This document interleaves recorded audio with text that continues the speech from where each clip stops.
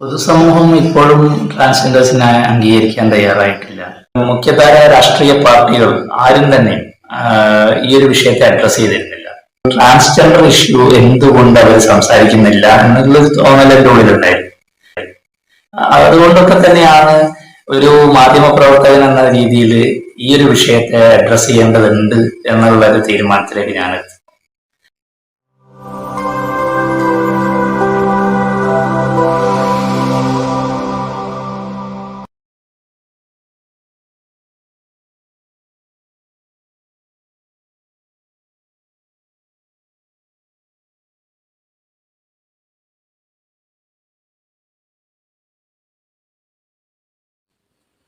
പുതിയ വിശേഷങ്ങൾക്ക് എല്ലാവർക്കും സ്വാഗതം. സിനിമാ സംവിധാനവും മനുഷ്യാവകാശ പ്രവർത്തനമെന്ന് കാട്ടിത്തന്നുകൊണ്ടിരിക്കുകയാണ് ഫോട്ടോ ജേർണലിസ്റ്റായ ഈ അഭിമുഖത്ത്. കോഴിക്കോട് മാധ്യമ ദിനപത്രത്തിൽ ചീഫ് ഫോട്ടോ ജേർണലിസ്റ്റായി പ്രവർത്തിക്കുന്ന ഈ അഭിമുഖത്ത് ട്രാൻസ്ജെൻഡർ ജീവിതങ്ങളെ വിഷയമാക്കി ഇതിനകം 4 ഡോക്യുമെന്ററികളും ഒരു ഫീച്ചർ സിനിമയും സംവിധാനം ചെയ്തിട്ടുണ്ട്.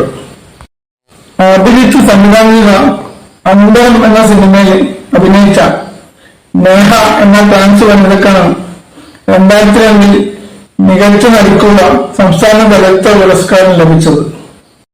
ഇന്ത്യയിലെ ട്രാൻസ്ജെൻഡർ ജീവിതാവസ്ഥകളെ വിമർശനാത്മകമായി വിശകലനം ചെയ്ത് അഭിജിത്ത് സംവിധാനം ചെയ്ത ഞാൻ രവതി എന്ന ഡോക്യുമെന്ററിക്ക് ഇക്കഴിഞ്ഞ മെയ് 12 കോഴിക്കോട് സമാപിച്ച ഇൻഡിപെൻഡന്റ് എക്സ്പെരിമെന്റൽ ഫിലിം ഫെസ്റ്റിവലിൽ ഓഡിയൻസ് പോൾ പുരസ്കാരവും കേന്ദ്ര കഥാപാത്രമായ എഴുത്തുകാരി കെ രവതിക്ക് ഇക്കഴിഞ്ഞ ജൂൺ 5 മുംബൈയിൽ സമാപിച്ച കാഷിഷ് പ്രൈഡ് ഫിലിം ഫെസ്റ്റിവലിൽ റെയിൻബോ വാരിയർ പുരസ്കാരവും ലഭിച്ചിട്ടുണ്ട്.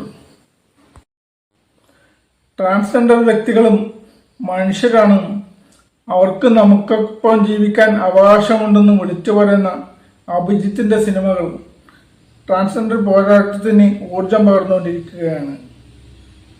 ചെറുപ്പത്തിലെ സിനിമയോടായിരുന്നു താല്പര്യം. സിനിമയിൽ ഡയറക്ടർ ആവുക എന്നുള്ളത് വലിയൊരു ആഗ്രഹമായിരുന്നു.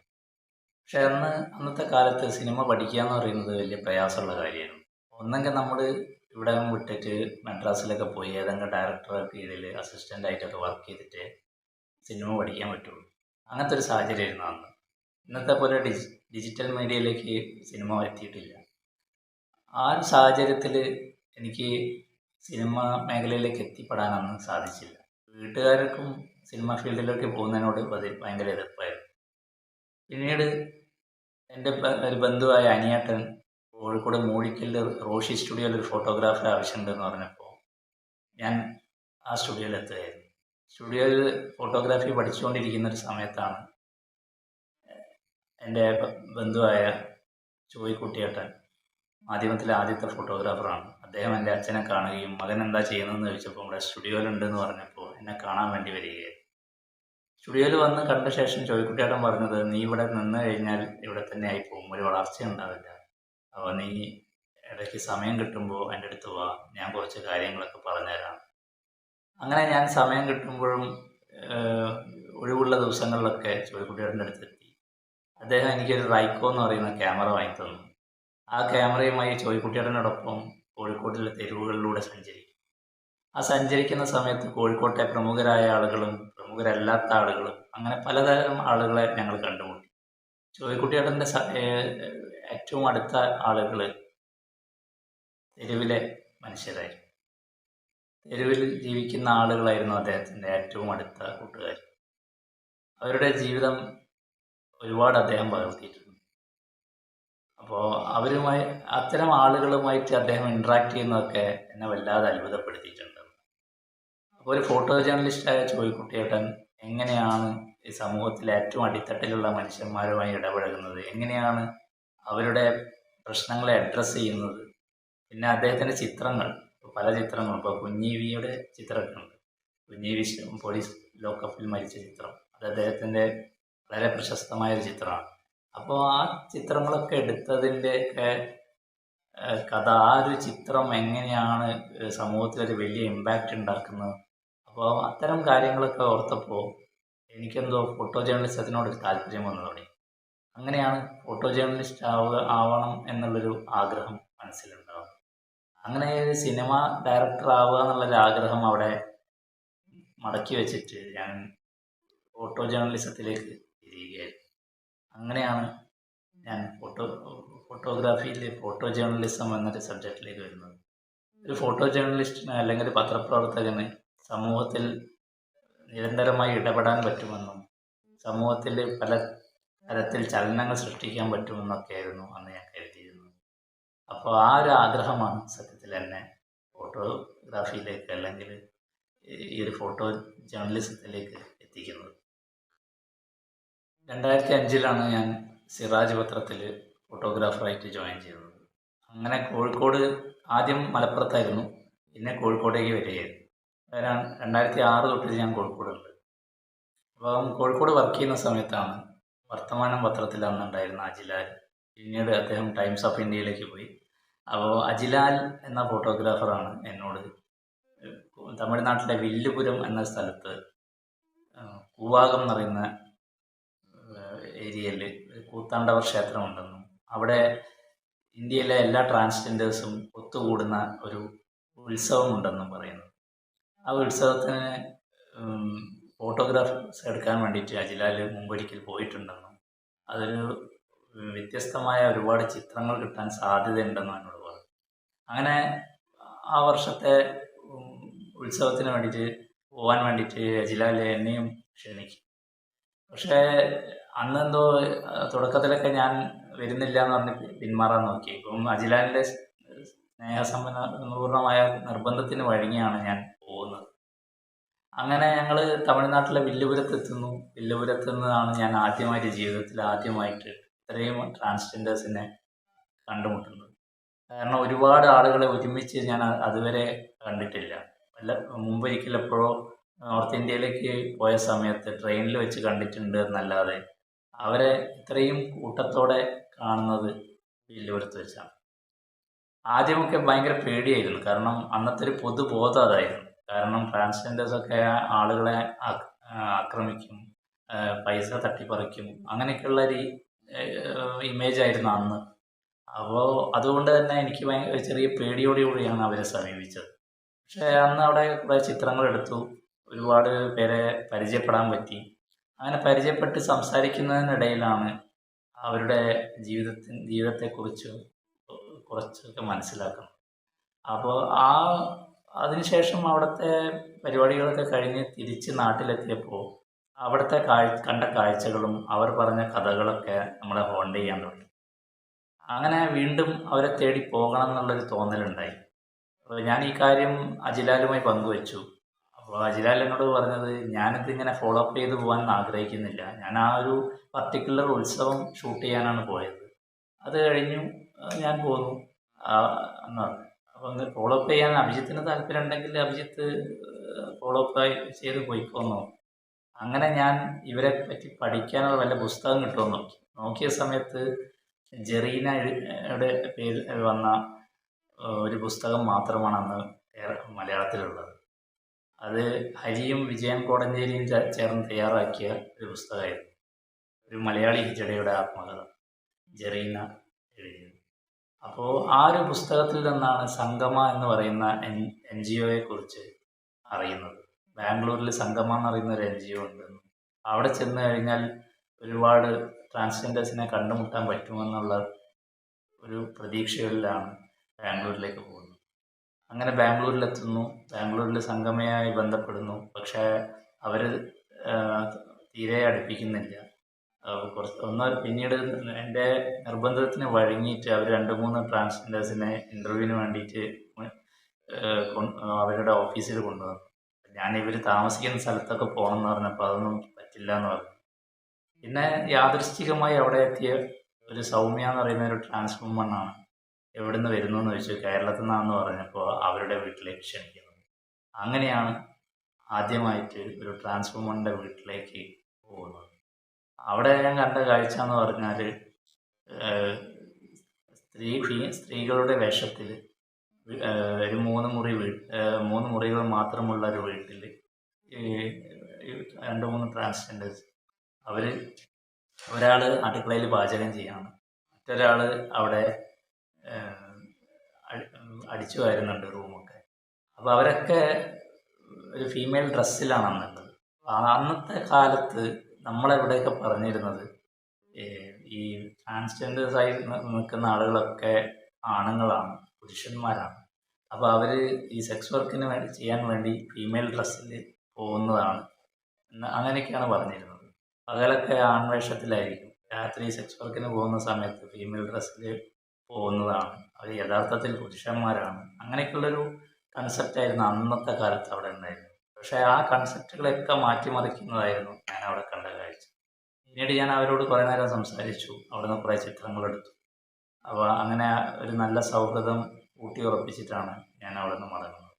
പിന്നീട് ഞാൻ ജെറീനയെ പരിചയപ്പെടുന്നു. അത് സംഗമ വഴിയാണ് പരിചയപ്പെടുന്നത്. അങ്ങനെ ജെറീന ബാംഗ്ലൂരിലെ മലയാളിയായ വളരെ സീനിയറായ ഒരു ട്രാൻസ് വുമണാണ്. അങ്ങനെ ജെറീന വഴി ഞാൻ കുറേ പേരെ പരിചയപ്പെട്ടു. ഞാൻ കുറേ ചിത്രങ്ങൾ ജെറീനയുടെ ചേലകളുടെയും അവരുടെ പരിചയക്കാരുടെയും ഒക്കെ ആയിട്ട് കുറേ ചിത്രങ്ങളെടുത്തു. വളരെ അന്നത്തെ കാലത്തൊക്കെ വളരെ അധികം ആരെയും പെർമിറ്റ് ചെയ്യാതെ ട്രാൻസ് കമ്മ്യൂണിറ്റി മാത്രം ഒത്തുകൂടിയ ജൽസ എന്ന് പറയുന്നൊരു ചടങ്ങ് ആ കാലത്ത് വളരെ അപൂർവമായിട്ടാണ് പുറത്തുനിന്നുള്ള ആളുകളുണ്ടാവുക. അപ്പോൾ അങ്ങനെയുള്ളൊരു ചടങ്ങ് അന്ന് എനിക്ക് ചിത്രങ്ങളെടുക്കാൻ സാധിച്ചു. അപ്പോൾ അതെല്ലാം ജെറീനയുടെ സഹായം കൊണ്ടാണ് സാധിച്ചത്. അങ്ങനെ ഒരുപാട് ചിത്രങ്ങൾ ബാംഗ്ലൂരിൽ നിന്ന് പകർത്താൻ പറ്റി. സത്യത്തിൽ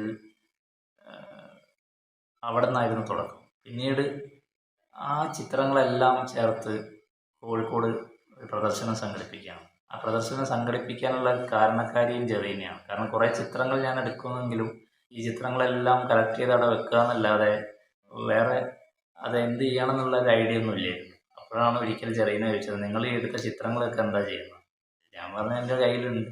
പറഞ്ഞു അത് എവിടെയെങ്കിലും കാണിക്കണ്ടേ, എന്നാലല്ലേ ആളുകൾ കാണുമെന്ന് ചോദിച്ചപ്പോഴാണ് എൻ്റെ മനസ്സിൽ അങ്ങനെ ഒരു തോന്നൽ, ശരിയാണല്ലോ അത് കാണിക്കണമല്ലോ. പിന്നെ മറ്റൊരു കാര്യം കൂടി അന്ന് ഉണ്ടായിരുന്നു. കാരണം ഞാൻ അറിയാത്ത അല്ലെങ്കിൽ ഞാൻ അതുവരെ എനിക്ക് പരിചയമില്ലാത്ത കാഴ്ചകളാണ് ഞാൻ കണ്ടത്. എനിക്ക് പരിചയമില്ലാത്തൊരു സബ്ജക്റ്റിനെയാണ് ഞാൻ ഫോളോ ചെയ്യുന്നത്. അപ്പോൾ ആ എനിക്കറിയാത്തൊരു വിഷയം ഇവിടുത്തെ ബഹുഭൂരിപക്ഷം ആളുകൾക്കും അറിയാത്തൊരു കാര്യമാണെന്നറിയാം. അപ്പോൾ ആ ഒരു കാര്യം ആളുകളുമായി ഷെയർ ചെയ്യുക എന്നുള്ള ഒരു തോട്ടും ആ ഒരു ഫോട്ടോ എക്സിബിഷന് പിന്നിലുണ്ടായി. 2010 മാധ്യമം കൊച്ചി യൂണിറ്റിൽ വർക്ക് ചെയ്യുമ്പോഴാണ് ഷാനവാസ്കയെ പരിചയപ്പെടുന്നത്. ഷാനവാസ്ക മുമ്പ് വീക്കിലിയിലുണ്ടായിരുന്നു. അപ്പോൾ അതിനുശേഷം കൊച്ചി ഡെസ്കിൽ ജോലി ചെയ്യുമ്പോഴാണ് ഞങ്ങൾ പരിചയപ്പെടുന്നത്. അപ്പം ഞാൻ അടുത്ത ചിത്രങ്ങളെല്ലാം കൂടി ഒരു പുസ്തകമാക്കണം എന്നുള്ളൊരു ആഗ്രഹത്തോടെ നടക്കുന്ന സമയത്താണ് അദ്ദേഹവുമായി പരിചയത്തിലാവുന്നത്. അപ്പോൾ ആ ബുക്ക് നമുക്ക് ചെയ്യാമെന്ന് അദ്ദേഹം പറയുന്നു. അങ്ങനെ കൊച്ചിയിലെ പ്രണത ബുക്സിലെ പ്രണത ഷാജിയെ പരിചയപ്പെടുത്തുന്നു. അങ്ങനെ പ്രണത ബുക്സ് ഈ പുസ്തകം ചെയ്യാമെന്ന് ഏൽക്കുന്നു. ഷാനവാസ്ക അത് ഡിസൈൻ ചെയ്തു തരാമെന്ന് പറഞ്ഞു. അങ്ങനെ ഞാനും ഷാനവാസ്കയും കൂടി അദ്ദേഹത്തിൻ്റെ വൈപ്പിനിലുള്ള വീട്ടിൽ വെച്ചിട്ടാണ് ഈ ബുക്ക് ഡിസൈൻ ചെയ്തത്. ഞങ്ങൾ ജോലി കഴിഞ്ഞാൽ രാത്രി ഞാൻ ഷാനവാസ്കയുടെ വീട്ടിൽ പോകും. അവിടെ നിന്ന് ഞങ്ങൾ രണ്ടുപേരും കൂടി ചർച്ച ചെയ്ത് ആ ബുക്ക് ഡിസൈൻ ചെയ്തു. അങ്ങനെ 110 പേജുള്ള കളറിലുള്ള ഹാർഡ് ബൈൻഡൊക്കെ ആയിട്ട് നല്ല പ്രൊഡക്ഷനിൽ ആ പുസ്തകം 2010 പുറത്തിറങ്ങി.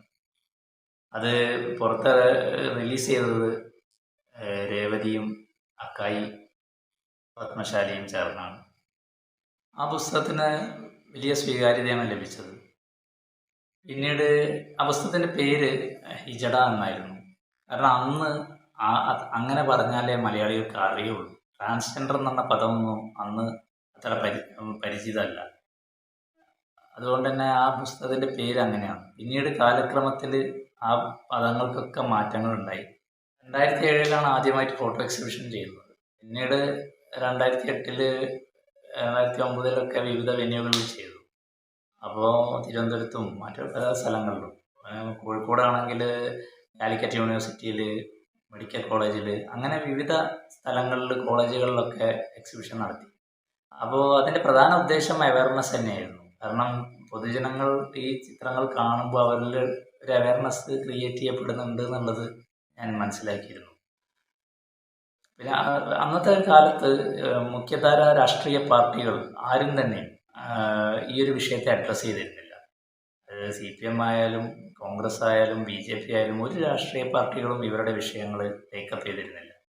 പിന്നെ അതുപോലെ നമ്മുടെ ആക്ടിവിസ്റ്റുകളുടെ കാര്യം എടുത്താലും മറ്റുള്ള ആളുകളുടെ കാര്യങ്ങളൊക്കെ എടുത്താലും അവരാരും തന്നെ ഈ വിഷയത്തെക്കുറിച്ച് സംസാരിക്കുന്നത് ഞാൻ അധികം കേട്ടിട്ടില്ല. കാരണം അവർ ദളിതരെക്കുറിച്ച് സംസാരിക്കുന്നുണ്ട്, ആദിവാസികളെക്കുറിച്ച് സംസാരിക്കുന്നുണ്ട്, മുസ്ലിം ഇഷ്യൂസിനെ കുറിച്ച് സംസാരിക്കുന്നുണ്ട്. പക്ഷേ അതൊക്കെ സംസാരിക്കുമ്പോഴും ട്രാൻസ്ജെൻഡർ ഇഷ്യൂ എന്തുകൊണ്ട് അവർ സംസാരിക്കുന്നില്ല എന്നുള്ളൊരു തോന്നൽ എൻ്റെ ഉള്ളിലുണ്ടായിരുന്നു. അതുകൊണ്ടൊക്കെ തന്നെയാണ് ഒരു മാധ്യമപ്രവർത്തകൻ എന്ന രീതിയിൽ ഈ ഒരു വിഷയത്തെ അഡ്രസ്സ് ചെയ്യേണ്ടതുണ്ട് എന്നുള്ളൊരു തീരുമാനത്തിലേക്ക് ഞാനെത്തി. പിന്നീട് 2013 തിരുവനന്തപുരത്ത് വർക്ക് ചെയ്യുന്ന സമയത്താണ് അവിടുന്ന് ഞങ്ങളുടെ മാധ്യമത്തിലുണ്ടായിരുന്ന ബിജു ചന്ദ്രശേഖർ, അദ്ദേഹം അന്ന് പ്രസ് ക്ലബിൻ്റെ സെക്രട്ടറി ആയിരുന്നു. പിന്നെ അതുപോലെ എൻ്റെ സുഹൃത്തായ ശിവജി ഫോട്ടോഗ്രാഫർ, അദ്ദേഹം സിറാജിലെ ഫോട്ടോഗ്രാഫറാണ്. അപ്പോൾ അവർ രണ്ടുപേരും നിർബന്ധിച്ചതിനെ തുടർന്നാണ് ഞാൻ തിരുവനന്തപുരത്ത് ഒരു ഫോട്ടോ എക്സിബിഷൻ സംഘടിപ്പിക്കുന്നത്. അപ്പം 2007 തൊട്ട് 2013 വരെയുള്ളൊരു കാലഘട്ടത്തിൽ ഉണ്ടായ കാര്യങ്ങളെല്ലാം ചേർത്തുള്ളൊരു അതുവരെയുള്ള ഫോളോ അപ്പുകൾ കൂടി ആഡ് ചെയ്തിട്ടുള്ളൊരു എക്സിബിഷനായിരുന്നു. അത് തിരുവനന്തപുരം പ്രസ് ക്ലബിലാണ് സംഘടിപ്പിച്ചത്. ആ എക്സിബിഷൻ ഒരു വൻ വഴിത്തിരിവാണ് അന്ന് ഉണ്ടാക്കിയത്. കാരണം 2013 അന്ന് TNG അദ്ദേഹം ആ എക്സിബിഷൻ വന്ന് കാണുന്നു, TN ഗോപകുമാർ, ഏഷ്യാനെറ്റിൻ്റെ. അപ്പോൾ അദ്ദേഹം അത് കണ്ട് പോയതിന് ശേഷം അദ്ദേഹം അത് കണ്ടിട്ട് എന്നെ അഭിനന്ദിക്കുകയൊക്കെ ചെയ്തു. അത് കഴിഞ്ഞ് അദ്ദേഹം പോയതിന് ശേഷം ഏഷ്യാനെറ്റിൽ നിന്ന് വിളി വന്നു, ഇത് ഞങ്ങൾ കണ്ണാടിയിൽ കാണിക്കാൻ വേണ്ടിയിട്ട് TNG സാർ പറഞ്ഞിട്ടുണ്ടെന്ന് പറഞ്ഞു. അങ്ങനെ അത് കണ്ണാടിയിൽ കാണിക്കാൻ തീരുമാനമായി. അത് കണ്ണാടിയിൽ അത് ഒരുപാട് ദിവസത്തെ പ്രൊമോ ഒക്കെ കൊടുത്തിട്ടാണ് ചെയ്തത്. അപ്പോൾ അതുകൊണ്ട് തന്നെ അത് ഗൾഫിൽ ഉൾപ്പെടെയുള്ള സ്ഥലങ്ങളിലൊക്കെ അത് വളരെയധികം ശ്രദ്ധിക്കപ്പെട്ടു. കേരളത്തിൽ തന്നെ ഈ കണ്ണാടി കാണുന്ന പ്രേക്ഷകർക്കിടയിൽ ഈ ട്രാൻസ്ജെൻഡർ വിഷയം ഒന്നുകൂടി അവതരിപ്പിക്കപ്പെട്ടു കണ്ണാടിയിലൂടെ. അന്ന് കണ്ണാടിയുടെ ഇലക്കം അവസാനിപ്പിക്കുന്നതിന് മുമ്പ് ട്രാൻസ്ജെൻഡർ അഥവാ ഹിജ്ഡകൾ എന്ന് വിളിക്കപ്പെടുന്ന ഒരു വലിയ വർഗത്തെക്കുറിച്ച്, അവരുടെ ജീവിതത്തെക്കുറിച്ച്, ആചാരങ്ങളെക്കുറിച്ച്, ദുഃഖങ്ങളെക്കുറിച്ച് നടന്ന ശക്തമായ ഒരു ഫോട്ടോ പ്രദർശനത്തെക്കുറിച്ച്. ഹിജടകളെന്നാൽ ലൈംഗികതയില്ലാത്തവരല്ല, നാം കൽപ്പിക്കുന്ന സ്ത്രീ പുരുഷ ലൈംഗികതയുടെ മറ്റേതോ ശാരീരിക പരിണാമത്തിൽ പ്രവേശിച്ചവരാണ്. സ്നേഹവും സൗന്ദര്യവും സന്തോഷവും ദുഃഖവുമുള്ള ഒരു വലിയ മനുഷ്യപ്പറ്റം. അവർ നമ്മെ സ്നേഹിക്കുമ്പോൾ നാം അവരെ പുറമോടിക്ക് വെറുക്കുന്നതായി അഭിനയിക്കുന്നു. P. അഭിജിത്തിൻ്റെ ചിത്രങ്ങൾ സാക്ഷ്യം നൽകുന്നു. ഞാൻ ഹിജടകളുടെ ഉത്സവം ഉണ്ടെന്ന് പറഞ്ഞിട്ട് 2007 മറ്റേ നമ്മുടെ കൂത്താണ്ടവർ ക്ഷേത്രമുണ്ട്, കൂവാകം എന്ന് പറയുന്ന സ്ഥലം, തമിഴ്നാട്ടിൽ. അപ്പോൾ അവിടെ പോയി ഒരു കേവല കൗതുകത്തിനാണ് പോയത്. അപ്പോൾ ഒരുപാട് ചിത്രങ്ങളെടുത്ത് മടങ്ങി വന്നപ്പോൾ അവിടെ വെച്ചാണ് ഇവർ നേരിടുന്ന പ്രശ്നങ്ങളൊക്കെ കുറിച്ച് കൂടുതൽ അറിയാൻ പറ്റിയത്. അപ്പോൾ നമ്മളെപ്പോലെ മനുഷ്യരാണ് ഇവരും. അപ്പോൾ ഇവരെ നമ്മൾ കാണുന്ന ഒരു പെർസ്പെക്റ്റീവിലല്ല, മറ്റൊരു വശം ഇവർക്കുണ്ട്. അപ്പോൾ അത് പബ്ലിക് അറിയണം എന്നുള്ളൊരു ആഗ്രഹത്തിൻ്റെ പുറത്താണ് ഇങ്ങനെ ഒരു എക്സിബിഷൻ ചെയ്യാൻ ഉദ്ദേശിച്ചത്. വന്നിട്ടുണ്ട്. Abhijit did a very good job, and all photograph is very, very good. And he didn't take the photograph just for showing this. He really felt inside, and he treat, and he thought he want to do something for the transgenders, in particularly in Kerala, because the Kerala people it's not much aware about transgenders. So I want to explain and many things in many way, and I need to tell Kerala people like how the transgenders biologically how they are feel and how they born. So that is the reason I came here. ഇവരെ പ്രധാന പ്രശ്നം എന്ന് പറഞ്ഞിട്ടുണ്ടെങ്കിൽ സമൂഹം ഇവരെ അംഗീകരിക്കുന്നില്ല. അതായത് ഇപ്പോൾ തമിഴ്നാട്ടിലും ബാംഗ്ലൂരിലൊക്കെ കുറേ പേരൊക്കെ അംഗീകരിച്ച് തുടങ്ങി. കാരണം ഗവൺമെൻറ് തന്നെ ഇനീഷ്യേറ്റീവ് എടുത്ത് അവരെ അംഗീകരിച്ച് തുടങ്ങി. തമിഴ്നാട്ടിൽ കുറച്ചുകൂടി സ്വീകാര്യത ഉണ്ട്.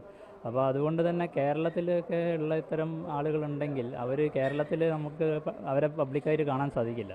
അപ്പോൾ അവരൊക്കെ ഒന്നെങ്കിൽ ബാംഗ്ലൂരിലേക്ക് അല്ലെങ്കിൽ തമിഴ്നാട്ടിലേക്ക് ചേക്കേറുകയാണ്. ഇപ്പോൾ ചെന്നൈയിലും ബാംഗ്ലൂരൊക്കെ ഞാൻ ഒരുപാട് മലയാളികളെ കണ്ടിട്ടുണ്ട്. പക്ഷേ അവരാരും തന്നെ ചിത്രങ്ങൾ എടുക്കാൻ പടങ്ങൾ എടുക്കാൻ മുന്നിൽ നിന്നിരുന്നില്ല. കാരണം എന്താ വെച്ചാൽ അവരെ സംബന്ധിച്ചിടത്തോളം കേരളത്തിൽ അവരൊരു പടം വരുന്നതിൽ അവർക്ക് വളരെയധികം പ്രശ്നങ്ങളുണ്ട്.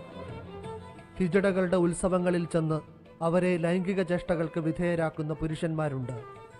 ഇന്ത്യയുടെ വൻ നഗരങ്ങളിൽ സ്ത്രീ പുരുഷ ഭേദമന്യേ ഇവരെ ഉപയോഗിക്കുന്നു രാപ്പകൽ. ഇവരെങ്ങനെ അന്യരാകും? അഭിജിത്തിന് അഭിനന്ദനങ്ങൾ. അന്ന് സാമൂഹ്യനീതി മന്ത്രിയായിരുന്ന ഡോക്ടർ MK മുനീർ അദ്ദേഹം ഈ എക്സിബിഷൻ കാണാൻ വരികയാണ്. കാരണം അദ്ദേഹം പ്രസ് ക്ലബ്ബിൽ വേറൊരു പ്രോഗ്രാമിന് വന്നതായിരുന്നു. പക്ഷെ അവിടുന്ന് ആരോ പറഞ്ഞിട്ടാണ് അദ്ദേഹം ഈ എക്സിബിഷൻ കാണാൻ വരുന്നത്. ഒരു എക്സിബിഷൻ നടക്കുന്നുണ്ടെന്ന് പറഞ്ഞപ്പോൾ അദ്ദേഹം വന്ന് കാണുകയാണ്. അപ്പോൾ കണ്ടു കഴിഞ്ഞപ്പോൾ അദ്ദേഹം എന്നോട് ചോദിച്ചത്, ഇത്തരം ആളുകൾ നമ്മുടെ നാട്ടിലുണ്ടോ അഭിജിത്താണ്? ഞാൻ പറഞ്ഞു, ഒരുപാട് ആളുകളുണ്ട് സാർ. അപ്പോൾ പറഞ്ഞു, അവരെ കാണുന്നില്ലല്ലോ. അപ്പോൾ ഞാൻ പറഞ്ഞു, അവരെ കാണാത്തത് അവരുടെ പ്രശ്നമല്ല, നമ്മുടെ പ്രശ്നമാണ്. കാരണം അവരെ പുറത്ത്, അതായത് നമ്മുടെ മുഖ്യധാരയിലേക്ക് എത്തിക്കേണ്ടതും ഇതുപോലെ സ്ട്രീറ്റിലൂടെ അവർക്ക് വിസിബിലിറ്റി നൽകേണ്ടതും ഭരണകൂടത്തിൻ്റെ കൂടി ചുമതലയാണെന്ന് ഞാൻ അദ്ദേഹത്തോട് പറഞ്ഞു. അപ്പോൾ അദ്ദേഹം പറഞ്ഞത്, നമുക്കിതിൽ എന്തെങ്കിലും ചെയ്യാൻ പറ്റുമോ നോക്കട്ടെ എന്നാണ്. അപ്പം ഇങ്ങനെ കേന്ദ്രത്തിൽ നിന്നൊരു കത്ത് വന്നിട്ടുണ്ട്, ഇവിടെ എത്ര ട്രാൻസ്ജെൻഡേഴ്സ് ഉണ്ട് എന്നുള്ളത് ഒരു സർവേ എടുത്തു കൊടുക്കുകയാണ്. അപ്പം അഭിജിത്തിന് അത് ചെയ്തു തരാൻ പറ്റുമെന്ന് അദ്ദേഹം ചോദിച്ചു. ഞാൻ പറഞ്ഞു, എൻ്റെ ജോലി ഇങ്ങനെ ആയത് കാരണം എനിക്കത് ചെയ്യാൻ പറ്റില്ല, ഞാൻ ആരെങ്കിലും സജസ്റ്റ് ചെയ്ത് തരാമെന്ന് പറഞ്ഞു. അങ്ങനെ ആണ് ഞാൻ ചില്ല അനിലിനെയും പിന്നെ അതുപോലെ രേഷ്മ തോമസിനെയും സജസ്റ്റ് ചെയ്യുന്നത്. അങ്ങനെ രേഷ്മ തോമസ് നല്ലെണ്ണം കൂടിയാണ് ഞാൻ സർവേ എടുക്കുന്നത്. പിന്നീട് 2015 2 വർഷം കഴിഞ്ഞിട്ട് അദ്ദേഹം എൻ്റെ ഒരു ട്രാൻസ് എന്ന് പറയുന്ന ഫോട്ടോ ഡോക്യുമെൻ്ററിയുടെ പ്രകാശനത്തിന് വരുമ്പോൾ ആ വേദിയിൽ വെച്ചിട്ടാണ് അദ്ദേഹം പ്രഖ്യാപിക്കുന്നത് കേരളത്തിൽ ട്രാൻസ്ജെൻഡർ പോളിസി കൊണ്ടുവരും. അങ്ങനെ അദ്ദേഹം പറഞ്ഞ പോലെ തന്നെ ഒരു 4 മാസങ്ങൾക്ക് ശേഷം ട്രാൻസ്ജെൻഡർ പോളിസിയുടെ ഔദ്യോഗിക പ്രഖ്യാപനം ഉണ്ടാകുന്നു. അതിൻ്റെ ഡ്രാഫ്റ്റ് തയ്യാറാക്കിയത് രേഷ്മ തോമസും അനിലേട്ടനും കൂടിയായിരുന്നു. അങ്ങനെ ട്രാൻസ്ജെൻഡർ പോളിസി കൊണ്ടുവരാൻ അദ്ദേഹം എന്നോട് പറഞ്ഞ പോലെ തന്നെ അദ്ദേഹം അത് കൊണ്ടുവന്നു. അത് കേരളത്തിൽ വൻ മാറ്റങ്ങൾക്കാണ് ഒരു വഴിത്തിരിവായത്. കാരണം ആ ട്രാൻസ്ജെൻഡർ പോളിസിക്ക് ശേഷമാണ് മീഡിയയിൽ ഉൾപ്പെടെ ട്രാൻസ്ജെൻഡർ വിഷയം ഭയങ്കര വിസിബിലിറ്റി കിട്ടുന്നത്. ഭരണകൂടം അതിന് ഒരു തുടക്കം കുറിച്ചപ്പോൾ മീഡിയകളും പൊതുജനങ്ങളും ഒക്കെ ആ വിഷയത്തിൽ ട്രാൻസ്ജെൻഡേഴ്സിനൊപ്പം നിന്നു. എല്ലാ മുഖ്യധാര രാഷ്ട്രീയ പാർട്ടികളും അവരെ ആക്സെപ്റ്റ് ചെയ്യാൻ തയ്യാറായി മുന്നോട്ട് വന്നു. പുതിയ ജനറേഷൻ കുട്ടികളും കോളേജുകളിലൊക്കെ മുന്നോട്ടേക്ക് വന്നു. അങ്ങനെ ഒരു വലിയ മാറ്റമാണ് ഈ ട്രാൻസ്ജെൻഡർ പോളിസി കേരളത്തിൽ ഉണ്ടാക്കിയത്. 2007 തൊട്ട് 2015 വരെയുള്ള ഒരു കാലഘട്ടത്തിൽ ഫോട്ടോഗ്രാഫിയിലൂടെ പോയി. അങ്ങനെ നിൽക്കുമ്പോഴാണ് എൻ്റെ ഒരു സുഹൃത്തായ ജിൽജിത്ത് 2015 ട്രാൻസ് എന്ന് പറയുന്ന എൻ്റെ ഫോട്ടോസ് എല്ലാം വെച്ചിട്ടൊരു ഫോട്ടോ ഡോക്യുമെൻ്ററി പോലെ, അതായത് 4-5 ആൾക്കാരെ ബൈറ്റും പിന്നെ ഫോട്ടോഗ്രാഫ്സും അത് വെച്ചിട്ട് ചെയ്തൊരു വർക്കാണ് അത് ട്രാൻസ്. അപ്പോൾ അതിൻ്റെ ഒരു എഡിറ്റിംഗ് വേളയിലാണ് ജിൽജിത്ത്, അദ്ദേഹം ഒരു എഡിറ്ററാണ്, എന്നോട് ഒരു ഡോക്യുമെൻ്ററി ചെയ്തുകൂടെ എന്ന് ചോദിക്കുന്നത്. അപ്പോൾ ആ ഒരു കാര്യം സത്യത്തിൽ ഞാനിങ്ങനെ ആലോചിച്ചു, ശരിയാണല്ലോ. അതുകൊണ്ട് 2 കാര്യങ്ങളുണ്ട്. ഒന്ന്, എൻ്റെ ഒരു വലിയ ആഗ്രഹമായിരുന്നു സിനിമയിലെത്തുക എന്നുള്ളത്. അവർ ഈ 2015 എത്തുന്ന സമയത്ത് ഡിജിറ്റൽ മീഡിയ വളർന്നുകൊണ്ടിരിക്കുന്ന സമയമാണ്. ക്യാമറകളുണ്ട്, നമുക്ക് വേണമെങ്കിൽ ഷൂട്ട് ചെയ്യാൻ പറ്റും. അപ്പോൾ അങ്ങനെ ഒരുപാട് സാധ്യതകളുണ്ട്. അപ്പോൾ ജിൽജിത്ത് അത് പറഞ്ഞ സമയത്ത് അതെനിക്ക് വളരെയധികം ശരിയാണെന്ന് തോന്നി. അങ്ങനെയാണ് ഒരു ഡോക്യുമെൻ്ററി ചെയ്യാന്നുള്ള ഒരു കോൺസെപ്റ്റിലേക്ക് എത്തുന്നത്. മനസ്സിലാണെങ്കിൽ ഒരു പണ്ട് ഫിലിം മേക്കർ ആവാനുള്ള ഒരു ആഗ്രഹം എന്ന് പറയുന്ന സാധനം ഉള്ളിൽ കിടക്കുന്നുണ്ട്. അത് രണ്ടും കൂടി ആയപ്പോൾ അത് ഡോക്യുമെൻ്ററി ചെയ്യാമെന്നുള്ളത് തീരുമാനിച്ചു. അപ്പോൾ ആരെ ചൂസ് ചെയ്യണമെന്ന് നോക്കിയപ്പോൾ സംശയമില്ലായിരുന്നു. കാരണം എനിക്ക് വളരെ അടുപ്പുള്ള ഒരാൾ സൂര്യേഷാനായിരുന്നു. അങ്ങനെ സൂര്യൻ്റെ അടുത്തെത്തുന്നു. അപ്പോൾ സൂര്യൻ്റെ അടുത്തെത്തുന്ന സമയത്താണ് ഹരിണി അവിടെ ഉണ്ട്. ഹരിണിയെ എനിക്ക് മുമ്പ് പരിചയമുണ്ട്. അപ്പം അവരെ രണ്ടുപേരെയും വെച്ച് ചെയ്യാമെന്നുള്ളൊരു ഐഡിയ അപ്പോഴാണ് മനസ്സിൽ വരുന്നത്. സൂര്യൻ്റെ ഒരു പ്രത്യേകത എന്താണെന്ന് വെച്ചാൽ കേരളത്തിൽ നിന്നിട്ട് കേരളത്തിൽ സ്ട്രഗിൾ ചെയ്ത് ഇവിടെ ഒരു ഐഡൻറ്റിറ്റി ഉണ്ടാക്കിയ ആളാണ് സൂര്യൻ. അരുണിയുടെ ഒരു കാര്യം പറയുകയാണെങ്കിൽ കേരളത്തിൽ നിൽക്കാൻ പറ്റാതെ ബാംഗ്ലൂരിലേക്ക് ഓടിപ്പോയി അവിടെ ജീവിക്കേണ്ടി വന്ന ഒരാളാണ്, സ്ട്രഗിൾ ചെയ്ത്. രണ്ടുപേരുടെയും ജീവിതത്തിൽ സ്ട്രഗിൾസ് ഉണ്ട്. ഈ രണ്ടുപേരുടെയും ജീവിതത്തിലെ സ്ട്രഗിൾസാണ് ഞാൻ അവളിലേക്കുള്ള ദൂരത്തിലേക്ക് കൊണ്ടുവന്നത്. അപ്പോൾ അങ്ങനെ രണ്ടുപേരും അവരുടെ ജീവിതം ഒട്ടും മറയില്ലാതെ വളരെ ഓപ്പണായിട്ട് പറയുന്നൊരു ഡോക്യുമെൻ്റ്, അതാണ് അവളിലേക്കുള്ള ദൂരം. ഒരു അരമണിക്കൂറുള്ള ഡോക്യുമെൻ്ററി IDSFKയിൽ കോമ്പറ്റീഷൻ വിഭാഗത്തിലുണ്ടായിരുന്നു. അതിന് ഒരുപാട് ഫിലിം ഫെസ്റ്റിവലുകളിൽ പോയി അതിന് അവാർഡുകളും ലഭിച്ചിട്ടുള്ള ഒരു ഡോക്യുമെൻ്ററിയാണ്. ആ ഡോക്യുമെൻ്ററിയുടെ ആദ്യ പ്രദർശനം doctor Thomas Isaac Thiruvananthapuram press ക്ലബ്ബിൽ വെച്ചിട്ടാണ് ചെയ്തത്. അദ്ദേഹം ആ ഡോക്യുമെൻ്ററി കാണുകയും ആ ഡോക്യുമെൻ്ററി കണ്ടതിന് ശേഷം ട്രാൻസ്ജെൻഡേഴ്സിന് വേണ്ടിയിട്ട് ഒരു സ്കോളർഷിപ്പ് പദ്ധതിയും വീട് വയ്ക്കാനുള്ളൊരു പദ്ധതിയും, അങ്ങനെ 2 പദ്ധതിയുടെ പ്രഖ്യാപനവും നടത്തുകയുണ്ടായി. അതുകൊണ്ട് ഈ അവളിലേക്കുള്ള ദൂരം ഇതിന് അങ്ങനെ ചില ഇടപെടലുകൾ നടത്താൻ പറ്റി. ഒരു ദിവസം ഫേസ്ബുക്കിൽ നോക്കിക്കൊണ്ടിരിക്കുമ്പോഴാണ് മിയ ശിവറാം എന്ന് പറയുന്ന ഒരു ട്രാൻസ് വുമൻ്റെ ഒരു പോസ്റ്റ് കാണുന്നത്. മിയ അച്ഛൻ്റെയും അമ്മയുടെയും കൂടെ ചിരിച്ചുകൊണ്ട് നിൽക്കുന്ന ഒരു ഫോട്ടോ ആണ്. ആ ഫോട്ടോ കണ്ടപ്പം എനിക്ക് ഭയങ്കര എന്തോ ഒരു പ്രത്യേകതയുള്ള പോലെ തോന്നി. കുറേ നേരം ഞാൻ അതിലേക്ക് നോക്കി നിന്നു. അപ്പോഴാണ് ഒരു ആശയം തോന്നിയത്. കാരണം ഈ ട്രാൻസ്ജെൻഡേഴ്സിൻ്റെ ഒക്കെ അല്ലെങ്കിൽ ട്രാൻസ് വുമൻ്റെ അച്ഛനും അമ്മയും എങ്ങനെയായിരിക്കും, അവർക്ക് എന്തായിരിക്കും മക്കളെക്കുറിച്ച് പറയാനുണ്ടാവുക എന്നുള്ളൊരു തോട്ട്, അങ്ങനൊരു സംഭവം മനസ്സിൽ വന്നപ്പോൾ അത് ഡോക്യുമെൻ്ററി ആക്കിയാൽ എങ്ങനെ ഇരിക്കും എന്ന് ചിന്തിച്ചു. അങ്ങനെയാണ് എന്നോടൊപ്പം ഉണ്ടാവുന്നത്. എന്നോടൊപ്പം എന്ന് പറയുന്ന ഡോക്യുമെൻ്ററിക്ക് സത്യത്തിൽ ഉണ്ടാവുന്നത് ആ ഒരു ഫോട്ടോയിൽ നിന്നാണ്. ഞാൻ മിയേൻ്റെ അടുത്തെത്തി, മിയയുടെ അച്ഛനും അമ്മയായി സംസാരിച്ചു. അപ്പോൾ അവരെ വില്ലിങ്ങായി. അങ്ങനെ അത് ഷൂട്ട് ചെയ്യാൻ തീരുമാനിച്ചു. അതിൻ്റെ ഒരു ആദ്യഘട്ട ഷൂട്ടിങ് കഴിഞ്ഞപ്പോഴാണ് മിയ ഒരു ട്രാൻസ് വുമണാണ്, എന്തുകൊണ്ടൊരു ട്രാൻസ്മാനെ കൂടി കൊണ്ടുവന്നുകൂടാണ്, അങ്ങനെ ഒരു തോട്ടാണ് ഇഷാനിലേക്ക് എത്തുന്നത്. ഇഷാൻ എൻ്റെ അടുത്ത സുഹൃത്താണ്. അപ്പോൾ ഇഷാൻ എൻ്റെ ഉപ്പയും ഉമ്മയും വില്ലിങ്ങായി. അങ്ങനെ ഇഷാൻ്റെ ഉപ്പയും ഉമ്മയും മിയയുടെ അച്ഛനും അമ്മയും. അപ്പോൾ മിയയുടെ അച്ഛനും അമ്മയും മത്സ്യത്തൊഴിലാളികളാണ്. ഇഷാൻ്റെ ഉപ്പ ഓട്ടോ ഡ്രൈവറാണ്. അപ്പോൾ അവർ മക്കളെക്കുറിച്ച് പറയുന്ന സ്ട്രഗിൾസിനെ കുറിച്ചൊക്കെ സംസാരിക്കുന്ന ഒരു ഡോക്യുമെൻ്ററി ആയിരുന്നു എന്നോടൊപ്പം. അതും ഈ IDSFKയിൽ കോമ്പറ്റീഷൻ വിഭാഗത്തിലുണ്ടായിരുന്നു. ഒരുപാട് ഫെസ്റ്റിവലിലൊക്കെ പോയി. അതിനിടയ്ക്കാണ് കോവിഡ് വരുന്നത്. കോവിഡ് വന്നതോട് കൂടിയിട്ട് കൂടുതൽ ഫെസ്റ്റിവലുകളിൽ എത്തിക്കാൻ പറ്റാതായി പോയത്. ട്രാൻസ്ജെൻഡേഴ്സിനെ കുറിച്ച് പറയുമ്പോൾ എല്ലാവരും ട്രാൻസ് വുമൻസിനെ പറ്റിയാണ് പറയാൻ. അപ്പോൾ ട്രാൻസ് വുമൻസിൻ്റെ കുറിച്ച് 2007 തുടങ്ങി 2016-17 വരെ എത്തിയപ്പോൾ എനിക്ക് തോന്നി ട്രാൻസ്മാനെ കുറിച്ച് കൂടി ഒരു ചെറിയ എക്സിബിഷൻ ചെയ്യണം. അങ്ങനെയുള്ളൊരു ആഗ്രഹത്തിൻ്റെ പുറത്താണ് മാൻ ഐ ആം എന്നുള്ള ഫോട്ടോ എക്സിബിഷൻ വരുന്നത്. അതൊരു 6 പേരുടെ ചിത്രങ്ങൾ വെച്ചിട്ട് ഒരു 30-32 ചിത്രങ്ങൾ വെച്ച് ചെയ്തൊരു എക്സിബിഷനാണ്.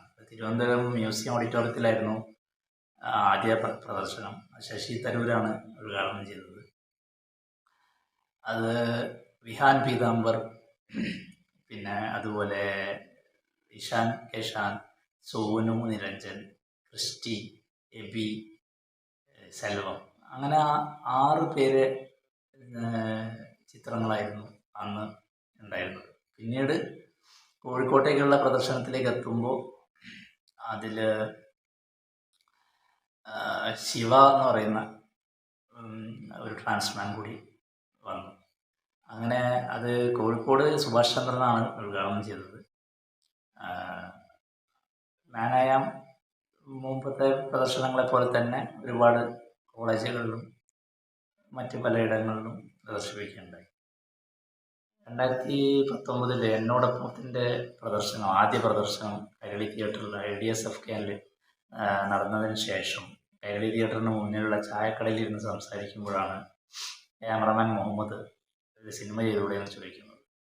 മുഹമ്മദ് ഉടലാഴം പോലുള്ള സിനിമകളൊക്കെ ചെയ്ത പ്രശസ്തനായ ഛായാഗ്രാഹകനാണ്. മുഹമ്മദ് അങ്ങനെ ചോദിച്ച സമയത്താണ് ഞാൻ അതേക്കുറിച്ച് ചിന്തിക്കുന്നത്. സിനിമയാകുമ്പോൾ വലിയ മുതൽ മുടക്ക് വരുന്ന കാര്യമാണല്ലോ എന്നൊക്കെ ചിന്തിച്ചു. അപ്പോൾ ഒരു പ്രൊഡ്യൂസർ വേണം.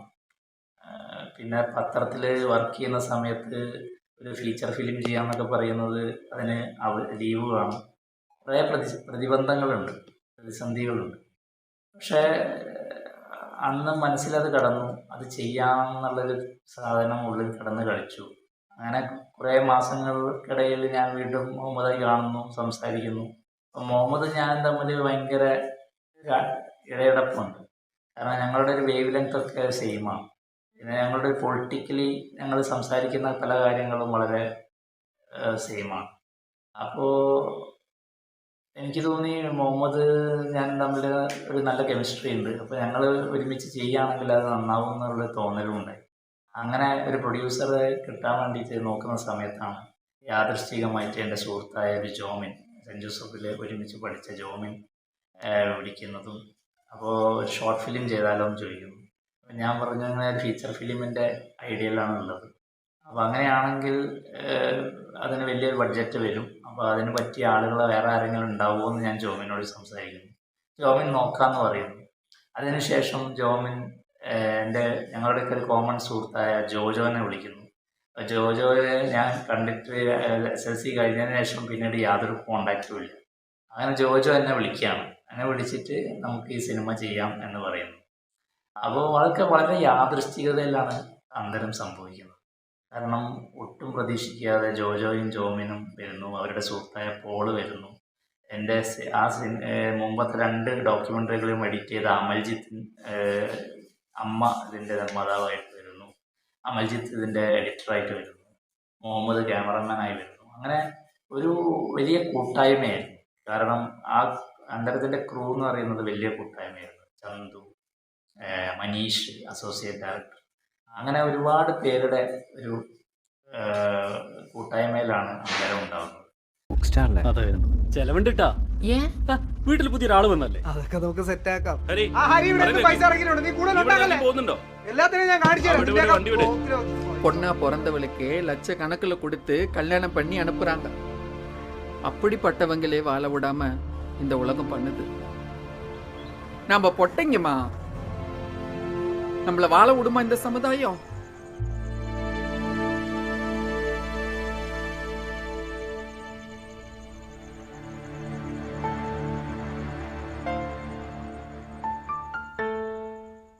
അപ്പോൾ അന്തരത്തിലേക്ക് കാസ്റ്റ് ചെയ്യപ്പെടുന്നത് അതിൻ്റെ ഹീറോ ആയിട്ട് കണ്ണൻ നായരാണ്. കണ്ണൻ നായർ സനൽകുമാർ ശശിധരൻ്റെ സെക്സി ദുർഗയിലെ നായകനായ വ്യക്തിയാണ്.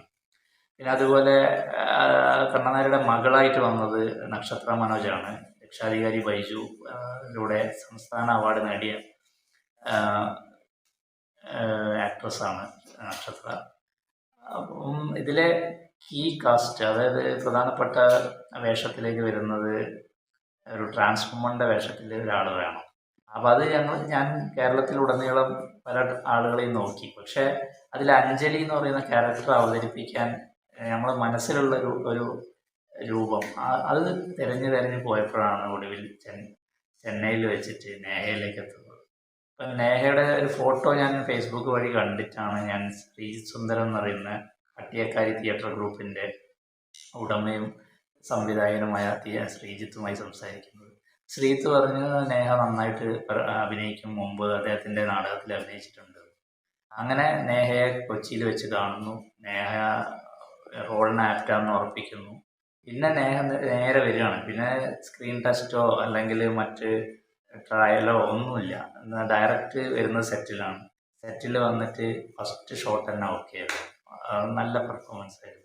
പിന്നീട് സിനിമയുടെ അവസാനം വരെയുള്ള ഷൂട്ടിനിടയ്ക്ക് 1-2 ടേക്കിൽ ഷോട്ട് ഓക്കെ ആയി. അങ്ങനെ 20 ദിവസം കൊണ്ടാണ് അന്തരം ഷൂട്ട് ചെയ്ത് തീർക്കുന്നത്. അന്തരത്തിലൂടെ മലയാള സിനിമാ ചരിത്രത്തിൽ ആദ്യമായിട്ട് ഒരു ട്രാൻസ്ജെൻഡർ കാറ്റഗറിയിൽ മികച്ച നടിക്കുള്ള അവാർഡ് നേഹയ്ക്ക് ലഭിച്ചു. മുഖ്യമന്ത്രി പിണറായി വിജയനിൽ നിന്നാണ് നേഹ അത് ഏറ്റുവാങ്ങിയത്. സംസ്ഥാന ചലച്ചിത്ര അവാർഡിന്റെ അരനൂറ്റാണ്ട് നീണ്ട ചരിത്രത്തിൽ ആദ്യമായി ഒരു ട്രാൻസ് വുമൺ അവാർഡിന് അർഹയായി എന്ന പ്രത്യേകത കൂടി ഇത്തവണത്തെ അവാർഡിനുണ്ട്. അന്തരം എന്ന ചിത്രത്തിലെ പ്രകടനത്തിന് നേഘയാണ് ഈ ബഹുമതിക്ക് അർഹയായത്.